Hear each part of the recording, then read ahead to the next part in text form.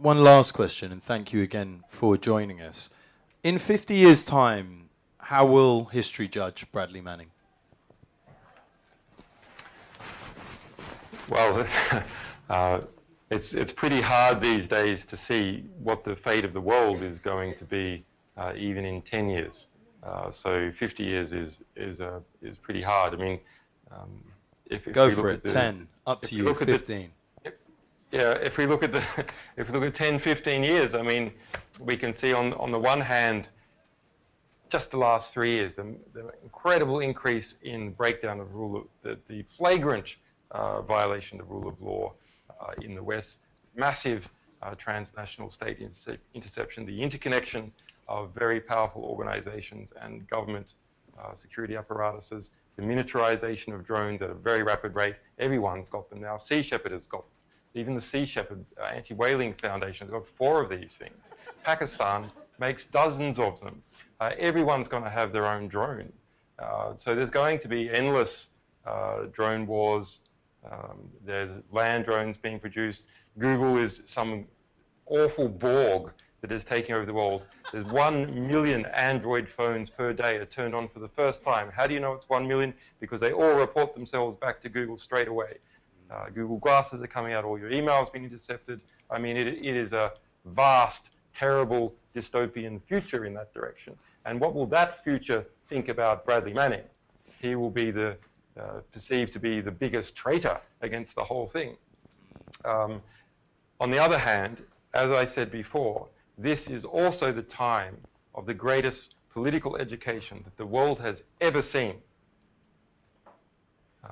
40% of young people in Australia are wanting to vote for me, despite very little campaigning.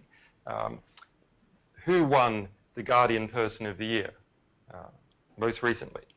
With 70% of the vote. It was Bradley Manning. Who won the Time Magazine 2010 popular choice? Well, I did. And it seems to be the case whenever there's a popular vote on the internet in English, who wins it? It's Bradley Manning. Or you. If it's if Bradley Manning or me, if it's people, if it's organizations, it's WikiLeaks or Anonymous as a sort of organization. That's incredible. You know, that if there was some sort of president of this new society, this new body politic that is developing, it would be Bradley Manning, or it would be me, or it would be WikiLeaks, or it would be Anonymous. It would be Western dissidents. Western dissidents are of peak concern to people in the West when you give them a truly democratic vote. That's a very optimistic sign. And that political education that is being expressed by people young and old who are learning from the internet, who are getting around the state, getting around establishment media structures and their angles and their censorship.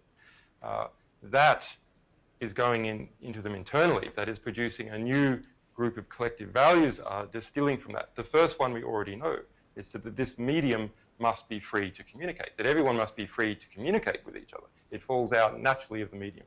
That is the first one. And that rights within that medium are universal, that we all communicate with each other in a similar way. That's falling out right now. Many more will establish themselves in this new consensus that is building up. And who can the military hire from? Who can the CIA hire from? Who can the Chinese government hire from? It must hire skilled people. It must hire young people. And those skilled and young people have all developed that value coming out of this new body politic. And that is our hope. That is our only hope. Well, that is political education will change the way people behave in practice. Well, that is the hope of many of us. Julian, I hope you can, if you would, be kind enough to stick around for the rest of the discussion, that'd be fantastic. But I don't want to keep you. But just from everyone at the Century Club, I think a round of applause for Julian Assange.